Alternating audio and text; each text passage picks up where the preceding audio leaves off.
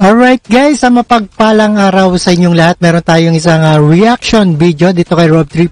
NBI 11 Executive at tinangging tumanggap ng suhol mula kay Kibuloy ng KOJZ inspection.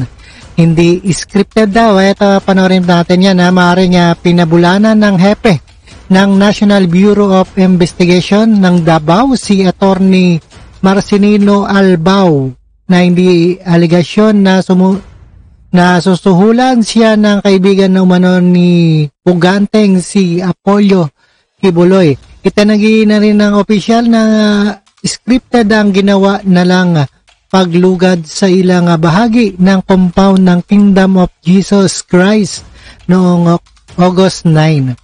Another further ado, let's do watch dito sa ating reaction video, and don't forget to subscribe. Rob Trip. Alright. Hindi kami magkakilala.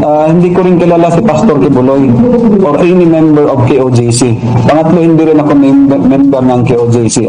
Itinanggi ni National Bureau of Investigation Region 11 Director Attorney Arcelito Albao ang paratang na nasuhulan siya ng Kingdom of Jesus Christ at protector siya ni Apollo Kibuloy. Ginawa ni Albao ang pahayag matapos siyang akusahang tumanggap ng sobre ng dating miyembro ng KOJC na si Arlene Stone. Pero gihit ng opisyal, imposible ang aligasyon ni Stone dahil hindi naman sila magkakilala at ni minsan ay hindi sila nagkita sa personal. Wala na rin umano sa Stone sa Pilipinas nang i-assign siya sa Davao Region ni Pangulong Ferdinand Marcos Jr. noong 2022. Hindi niya ako kilala.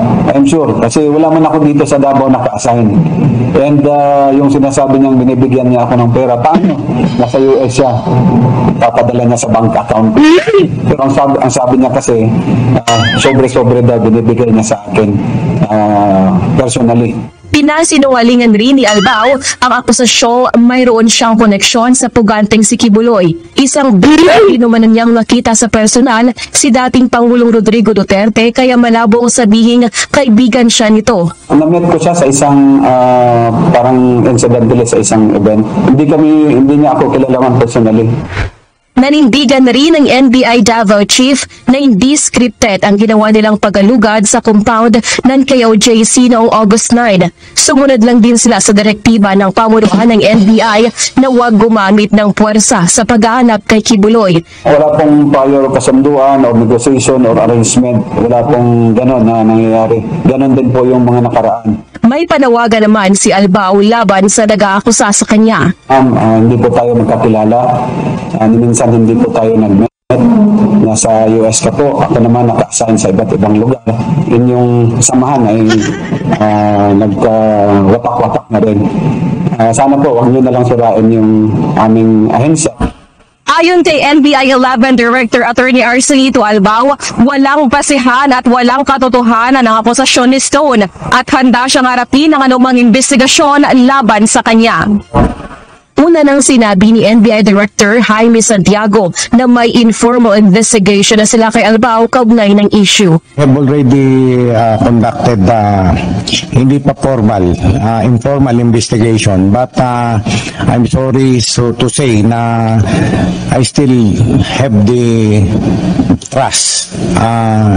Pinagkakatiwalaan ko pa rin ang aking regional director doon, si Director Albao. Celine Moreno, UNTV News.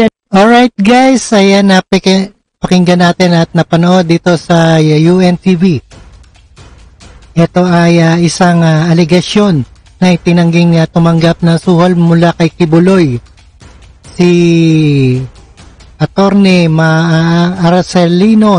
Arcelito Albao ng aligasyon na nasuhulan siya ng kaibigan umano ng Puganteng si Apollo Kibuloy. At maraming salamat sa panonood at pagkikinig dito kay Rob Trip, and see us again sa ating reaction video, and peace out.